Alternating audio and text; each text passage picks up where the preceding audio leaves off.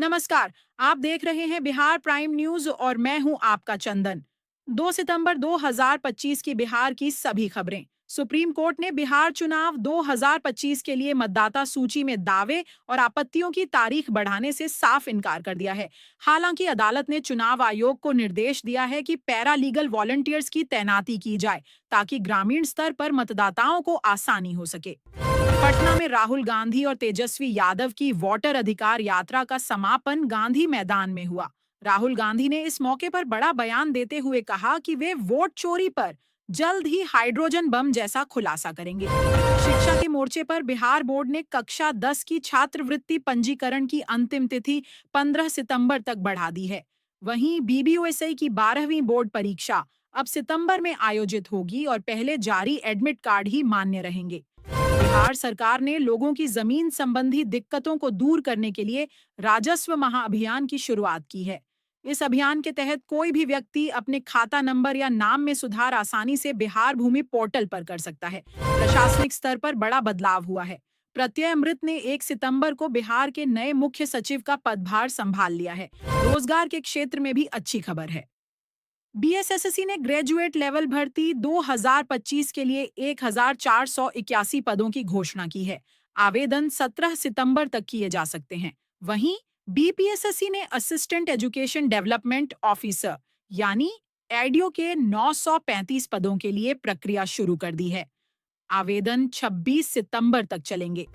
Rail connectivity में एक और उपलब्धि मिली है। दरभंगा से लखनऊ के बीच अमृत भारत एक्सप्रेस की शुरुआत हो चुकी है, जो उत्तर बिहार और यूपी के बीच लोगों के सफर को आसान बनाएगी। खेल प्रेमियों के लिए भी बड़ी खबर है। पटना के मोइनुल हक स्टेडियम का आधुनिकीकरण तेजी से हो रहा है। अप्रैल 2025 में शुरू हुआ यह काम 2027 तक पूरा होगा और उस पर 400 करोड़ रुपए खर्च होंगे। ट्रैफिक की समस्या से जूझ रहे पटना को भी राहत मिल रही है।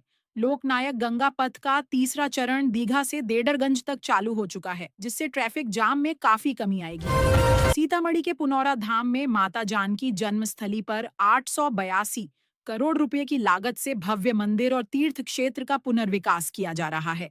यह परियोजना 50 एकड़ भूमि पर फैली होगी। इसी बीच मिथिला राज्य आंदोलन की गूंज लगातार सुनाई दे रही है। जुलाई में दरभंगा और दिल्ली में बड़े सम्मेलन और महापंचायत आयोजित किए गए थे। बिहार की राजनीति में हलचल जारी है। महागठबंधन मार्च को पुलिस ने रोका और राहुल गांधी डाक बंगला चौक तक नहीं पहुंच सके। तेजस्वी यादव ने इस मौके पर कहा कि बिहार को अब डुप्लीकेट नहीं बल्कि ओरिजिनल मुख्यमंत्री चाहिए। क्राइम की खबरों पर नजर डालें तो दरभंगा के बागौलिया से दर्दनाक घटना सामने आई है, जहां पति ने पत्नी की कैंची से हत्या कर दी। मुजफ्फरपुर में महाकुंभ से लौटते समय नेपाली श्रद्धालुओं की गाड़ी पलट गई, जिसमें 5 लोगों की मौत हो गई और 4 लोग घायल हो गए। विकास परियोजनाओं की बात करें तो पटना मोकामा आरा सासाराम को जोड़ने वाला एनएच 119 ए का निर्माण तेजी से जारी है। स्वास्थ्य विभाग में 1075 लैब तकनीशियन और रेलवे में 2865 अप्रेंटिस पदों के लिए आवेदन प्रक्रिया भी शुरू हो चुकी है। वित्तीय क्षेत्र में बिहार ग्रामीण बैंक की स्थापना हो गई है, जो राज्य के सभी 38 जिलों में सेवाएं देगा। खेल जगत में राजगीर को हॉकी एशिया कप की मेजबानी मिली है और भविष्य में कई अंतर्राष्ट्रीय प्रतियोगिताएं यहां आयोजित की जाएंगी।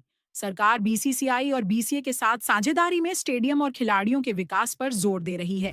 भूमि सर्वेक्षण और बिजली उपयोग की जानकारी को डिजिटलीकृत करने के लिए सरकार ने नए मोबाइल ऐप लॉन्च किए हैं।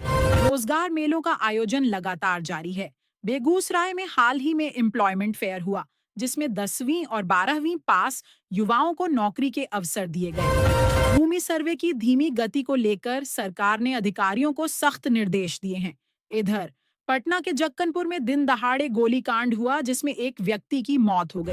बांका में हाई टेंशन तार की चपेट में आने से युवक की दर्दनाक मौत हो गई, जबकि समस्तीपुर में शॉर्ट सर्किट से लगी आग में 2 भाई बहन की जलकर मौत हो गई। धार्मिक विकास कार्यों के तहत बिहार सरकार ने जानकी मंदिर निर्माण के लिए न्यास समिति बनाई है और 120 करोड़ रुपए का बजट चरणबद्ध रूप से जारी किया जा रहा है।